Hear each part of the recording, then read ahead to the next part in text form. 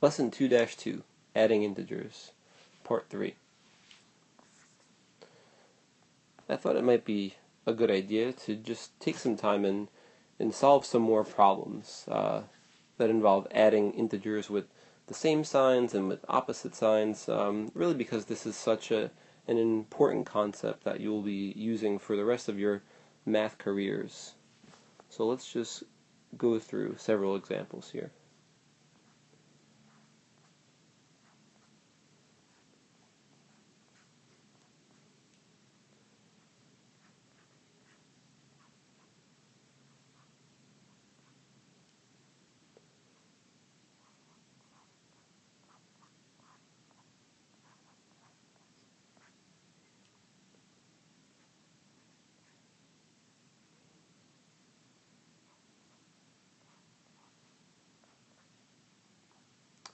Alright, let's start with these 4 examples, and if you'd like, you can pause the video, try these yourself, and then see how you did. Okay, let's take a look at our first example, -5 plus -7. Well, the first thing we should notice right off the bat is that the signs of both integers are negative. So we know that we are going to add the absolute values of the numbers, right, which is 5 plus 7, and that equals 12. And our answer will be negative because the sign of our 2 integers that we were adding are negative, right? So we're going to keep the original sign of the 2 numbers that we're adding. Okay, in our second example, we're adding numbers with opposite signs, right? We have a negative sign here, and we have, this is a positive 9 here, even though we normally don't, use that positive sign, right? Okay, so when we're adding numbers with opposite signs, we're going to subtract the absolute values of the numbers, right, which is 14 minus 9, that equals 5.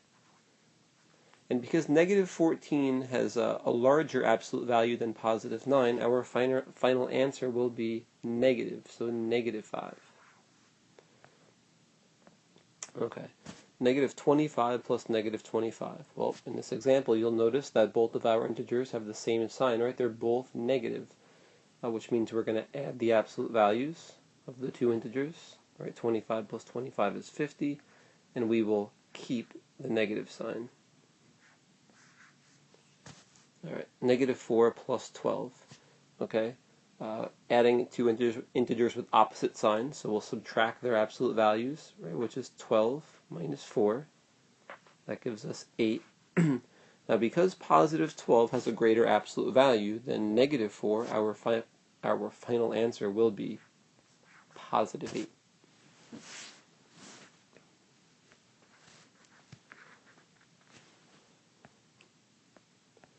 What if I were adding more than 2 integers at a time? So, for example, -12 plus, let's say, -5 plus 8. Okay, what do I do in a case like this? Okay, well, we are very familiar with our order of operations, and because all we're doing here is adding, we'll go from left to right, which means we are going to add -12 plus -5 first, right? So, I mean, the way I think about it is I try to break it up into 2 separate problems, right? So I'm going to focus on -12 plus -5, right? I'm adding 2 integers that have the same sign, so I'm going to add their absolute values, right? 12 plus 5 is 17, and because they're both negative, I'm going to keep the negative sign.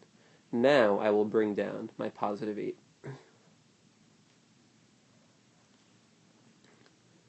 I'm now adding 2 integers that have opposite signs, so I'll subtract their absolute values, right? 17 minus 8 equals 9. And because -17 has a larger absolute value than positive 8, my final answer will be -9. Let's try a couple more. Let's try 36 plus -21 plus -4. Okay, just like in our previous example, we are going to break this down into 2 separate problems. We'll start with 36 plus negative 21. Okay, so I'm adding two integers that have opposite signs, so I'll subtract their absolute values. 36 minus 21. Well, that gives me 15, right? 36 minus 21 is 15. And it will be positive 15 because positive 36 has a greater absolute value than negative 21. Now I'll bring down my negative 4. And once again, I'm adding two integers that have opposite signs. So I will subtract their absolute values. All right, 15 minus 4 equals 11.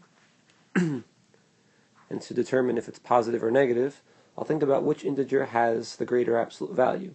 Well, positive 15 has a larger absolute value than negative 4. So my final answer will be positive 11.